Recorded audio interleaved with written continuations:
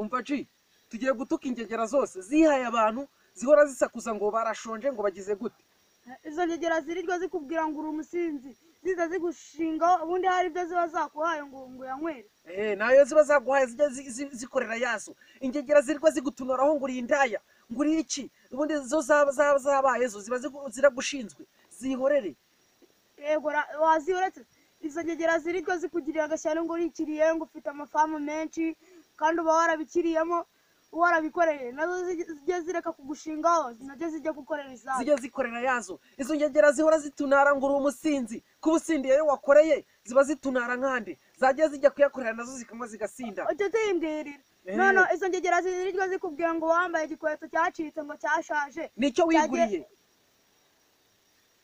kiba ari cyo wiguriye ziba zitunara nkande nyine se zagiye zizibira ko utajya ujya kuzisaba gasanzwe ko kugira ngo ugure izo nkweto zijye ziziba ntabwo bizireba. Izo ngegera zihora zivuga ngo urashonje ngo nta bijumba ufite ngo ntaki inzara irakwishe ziragushinzwe ariko zijya zivuga nta byuba wazitumye.